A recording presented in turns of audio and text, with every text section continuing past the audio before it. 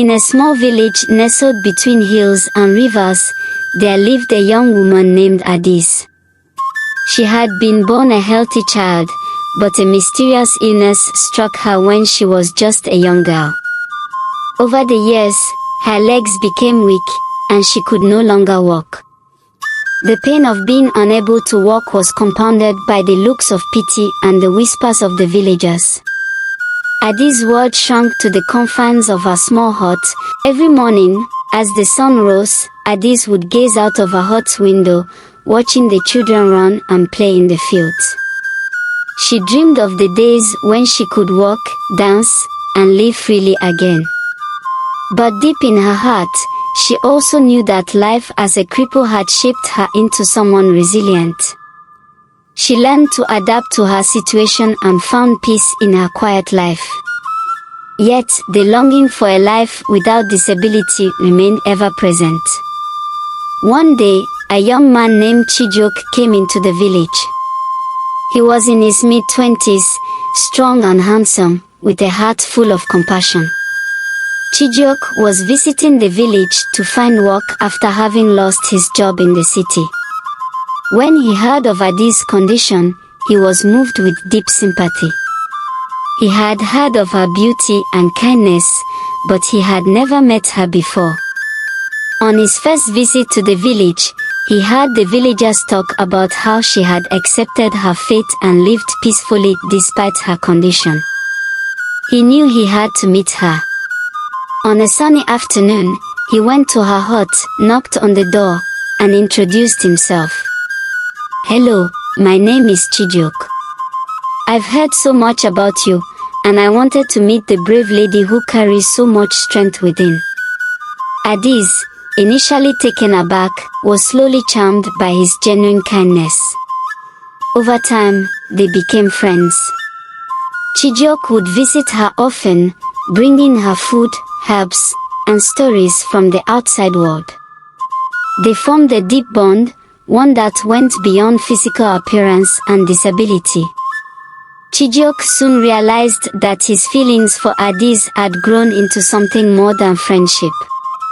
He wanted to marry her, but he knew that her condition would make it difficult for her to live a normal life. Determined to help her, he visited an old herbalist in a distant part of the village, seeking a cure for her disability.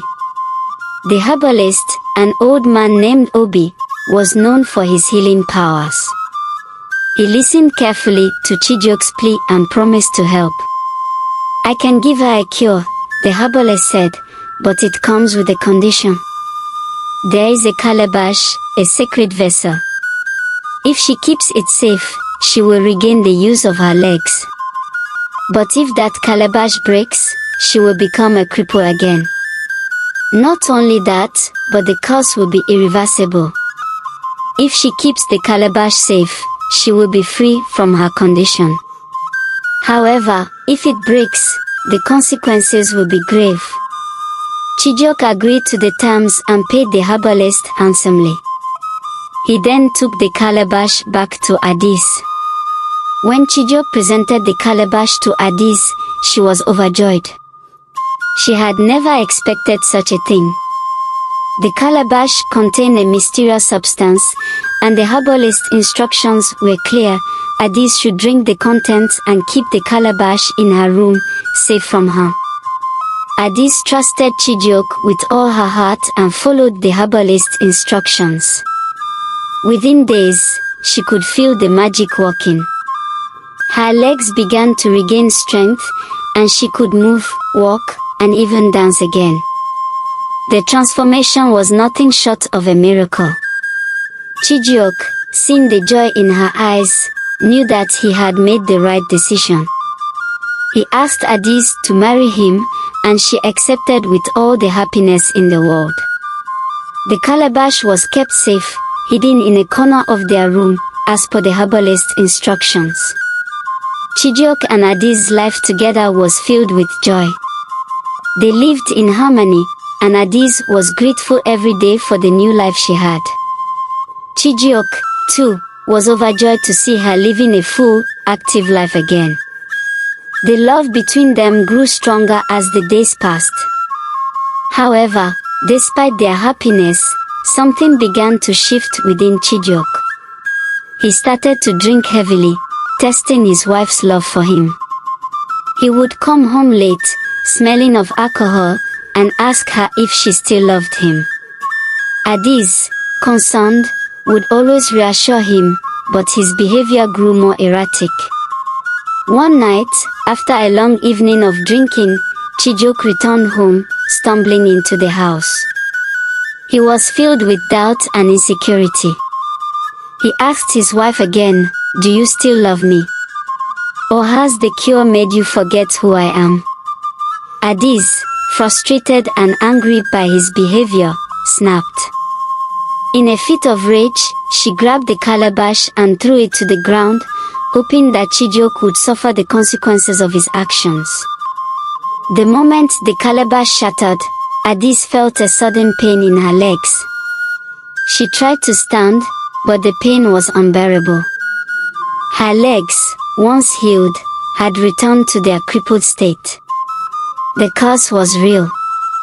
Chijioke, witnessing the reversal of Adaeze's condition, was struck with horror. He rushed to her side, but it was too late.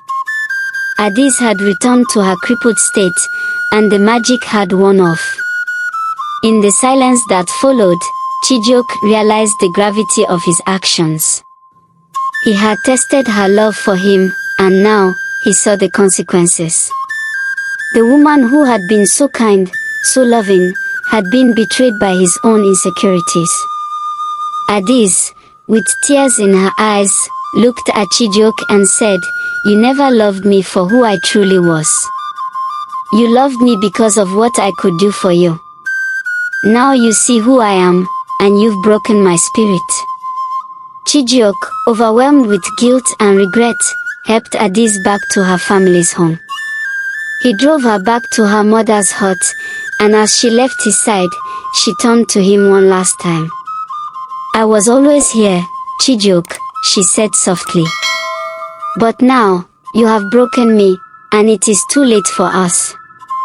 Chijioke stood in the doorway of her family's hut, watching her leave. He knew he had lost her forever, and the guilt weighed heavily on him. He had asked for her love, but he had never truly given her his own. Chijioke returned to his home, but his life was never the same. The woman he had loved was gone, and he was left with the bitter taste of regret. The calabash had broken, but in doing so, he had shattered his own heart. As the years passed, Chijioke realized that true love was not about tests or conditions. It was about acceptance and sacrifice. He had learned this lesson too late, and it was a lesson that haunted him for the rest of his life.